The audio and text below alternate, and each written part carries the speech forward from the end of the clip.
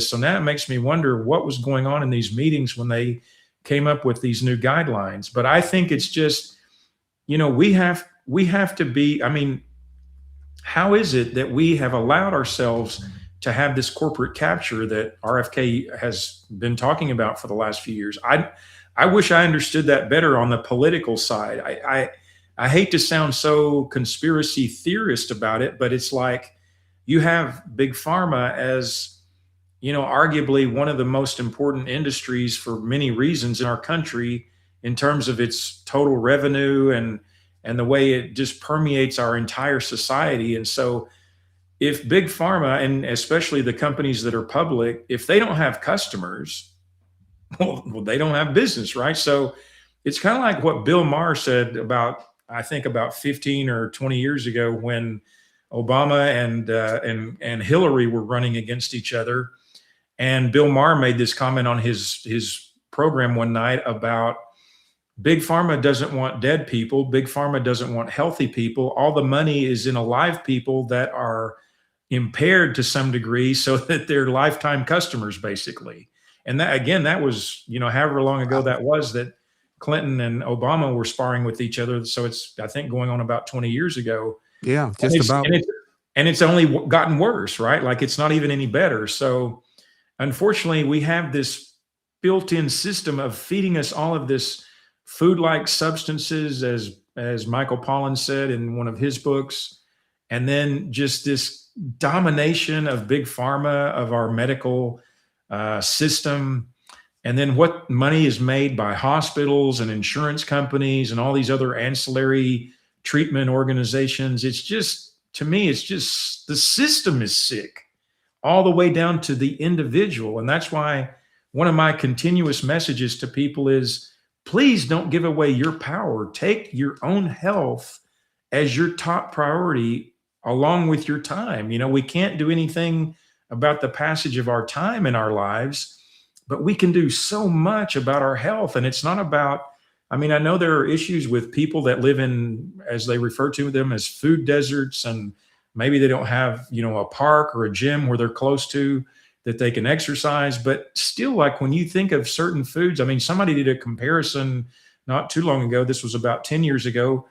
Like an average 24-hour day eating fast food or eating, basically not very healthy choices was almost like no difference in cost compared to eating a whole food plant-based diet where you're actually getting good quality nutrition. So, a lot of people want to make this argument about cost all the time, but there's actually research showing that's not true either.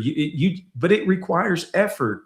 You have to go to the farmer's market. You have to go to the grocery store. You have to go somewhere and actually buy stuff that looks like food as it came from Mother Nature, not just depending on a fast food restaurant to give you something out of a drive-through that has no relationship to what it looked like in nature. So it requires effort. And that's where also, for me, I don't know about you, but for me, it's very sad when I look at, so many folks today who just don't, like their motivation's just not there. They just, health is not even on their top 10 list of priorities. So how do you even get somebody like that to acknowledge and recognize the value of going to the grocery store and actually shopping for your food as opposed to driving through the drive-through every day?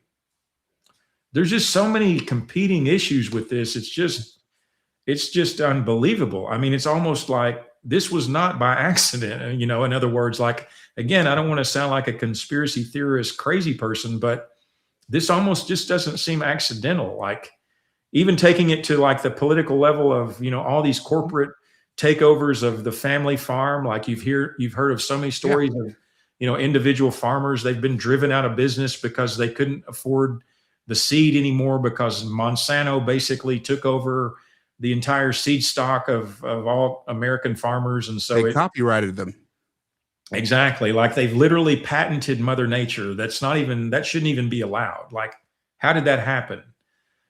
So there are just so many different angles to this that it just doesn't, to me, it doesn't seem accidental. And that's where we have to take this in our own hands as much as possible and do something about it. And it really is about every single one of us. When you think about our population today, we're spending $5 trillion in this throwaway broken system. That's monopoly money. It's like infinity money. It doesn't even compute. So it really requires each one of us, regardless of what the mandates are from the government.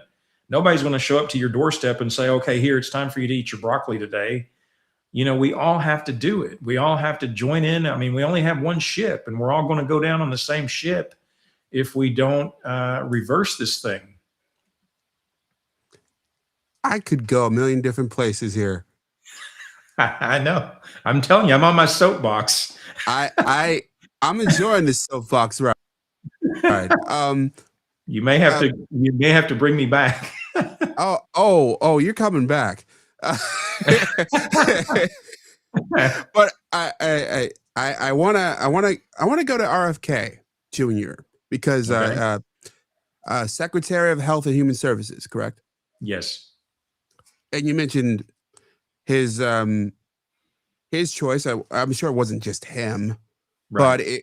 but that he is leading the group that is the umbrella that made this decision: beef and milk toward the top of the heap when it comes to nutritional guidelines.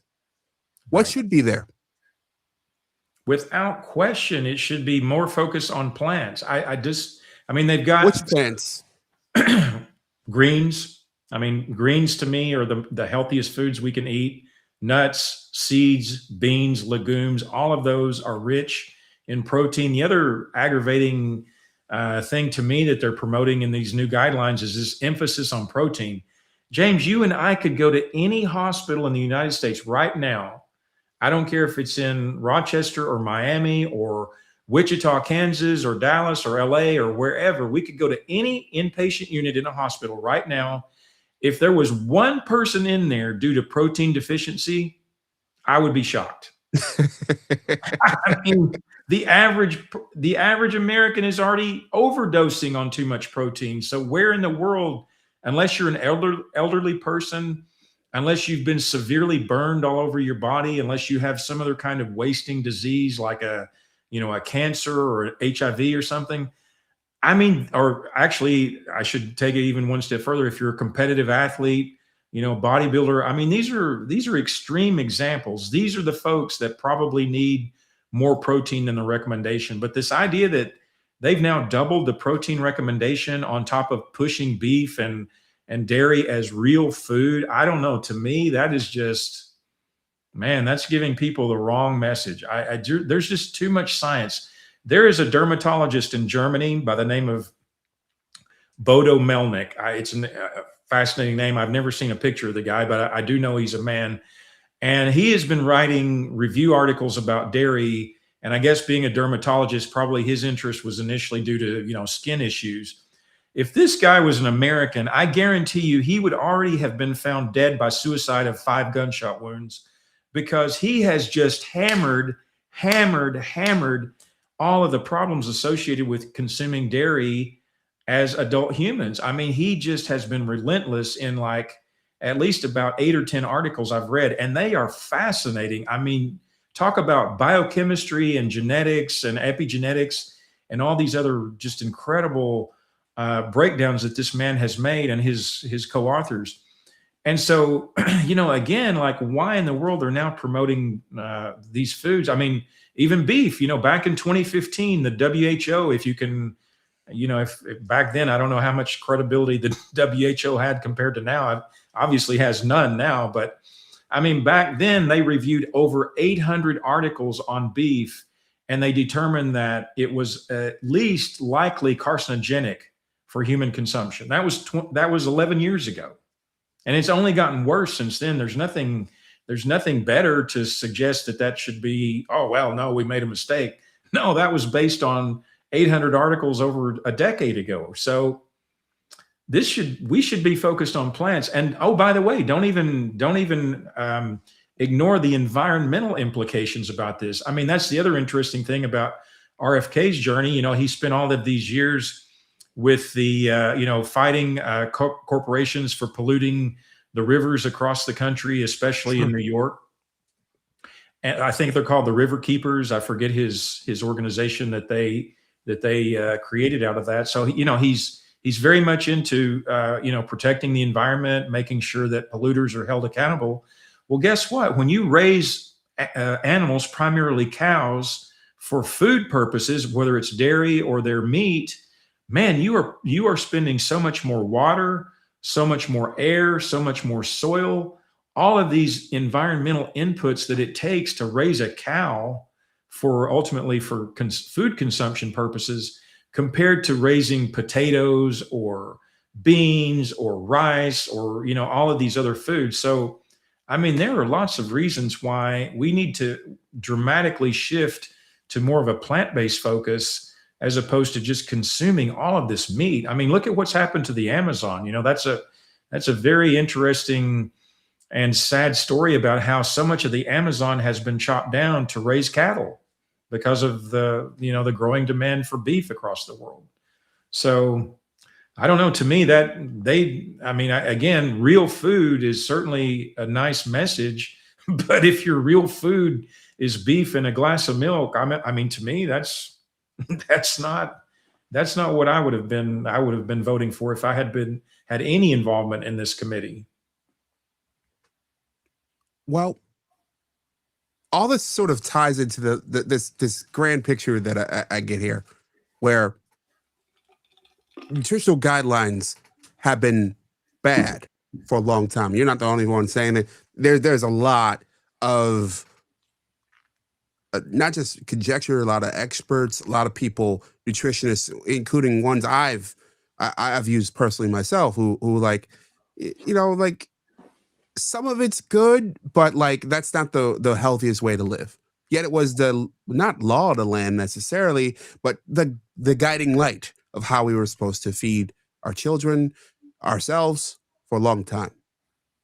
Then on top of that, you got to this earlier, when you were talking about sort of, no one has a protein deficiency. Like, and in fact, most of us we're increasingly unhealthy. And personally, like, it's something I've dealt with. I mean, look, I lost 100 pounds at one point. Wow. And I'm still, it's a battle for me, and I think there's much more Americans like me than like you. You've found a way to sort of conquer this through a whole food, plant-based diet. And then there's a whole lot of people like me who are sort of in the midst of the battle, some degree of the battle, whether they've given up and surrendered or they're fighting every day. Right? Right. And then we see Charles Barkley. Then we see Serena Williams. And we see Wegovy and Ozempic. I know. And we see these options that could help us along the way. And it seems like something we should explore, something we should at least consider. What have you learned about these so far? Well, let me just say, when I saw that Serena Williams commercial for the first time, I was so disappointed. I mean, that lady's she's never been overweight. Yeah, she's a big woman, but she's not like, obese. I mean, why is she even promoting that? Maybe you could say Barkley, he obviously was known as the round mound of rebound. Yeah. So, Charles I'm sure he's had his issues with weight over his life, but Williams, I totally didn't understand her. I just didn't understand where that came from. But so I don't know, James. I mean, this is probably more of a personal opinion or philosophy as opposed to, a purely scientific one. But I just look at, yes, we have 75, 80% of Americans are somewhere between overweight and obese. We have roughly probably the same number. 80% of Americans are now totally sedentary, meaning they don't do anything physically all day. They're just like you and me right now, sitting around in a building doing whatever they do for a living or whatever. And so we've become the victim of our own worst convenient devices over the last at least half century, right? Certainly probably since the Green Revolution in the 1960s. So here we are today. We have all these folks that are struggling, as you just said, with trying to get to a healthy weight. And now we have this new, it's now the latest, greatest offering from Big Pharma, this GLP-1 phenomenon.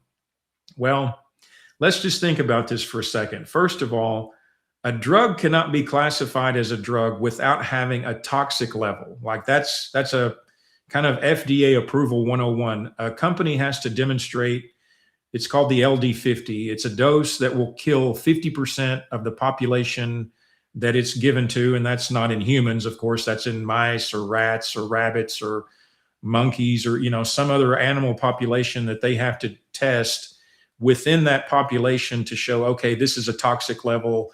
And then that level gets applied or translated to humans that you'd say, okay, for every gram of this material per kilogram of body weight, we can kind of guess that that would be a level where you would not want to give this to a human because you'd have a 50% risk of actually dying. So that's a very important step that FDA requires drug companies to prove as they go through this process. So we already know, and even anything, over the counter, that also is true. It's not just prescription, it's even anything over the counter. It has to have, a toxic level to be classified as any type of drug. So number one, you're going to have some kind of a side effect. So what do we know about this so far? Well, since the first GLP-1 was approved in 2014 for weight loss, so we're only talking roughly a decade of consumer activity, we know the primary one, of course, is all of these GI issues. People are having this sort of stomach paralysis. And what does GLP-1 do? This is a peptide that causes you to release insulin. So as part of your metabolic process, you eat a meal and your body is doing things with it. You're secreting insulin to handle this load of nutrition or nutrients that came into your system to metabolize them. So you're increasing your insulin response. You're slowing down the digestive response. So hopefully that's helping people not to overeat, because as we know, a lot of people, they're hungry, and then what do? You just throw it in really fast, and you completely bypass the mechanism to say, hey, wait a minute, you're already full, stop eating. And so that's obviously important for people. But, if you're having all of these problems related to that, like this, I've read lots of reports of actual stomach paralysis, diarrhea, constant indigestion, bloating, all these other issues. So that's obviously a very important side effect going forward to monitor. Number two, we have muscle loss. Yes, it's causing you to lose weight, but if you're losing your most important metabolic functional machine, which is your skeletal muscle, man, that's bad news. I mean, sarcopenia is usually in the realm of elderly people. Well, now you're going to have all of these people in their 20s and 30s and 40s taking these drugs, and now they're losing muscle mass. Well, what happens to those folks, especially as they go through the process of living and getting into older age? Muscular strength is one of the most important indicators of lifespan and longevity. Let's stop there for a moment. Sure. Muscle loss. How does that? I know if you don't use your muscles, they atrophy. Correct. What do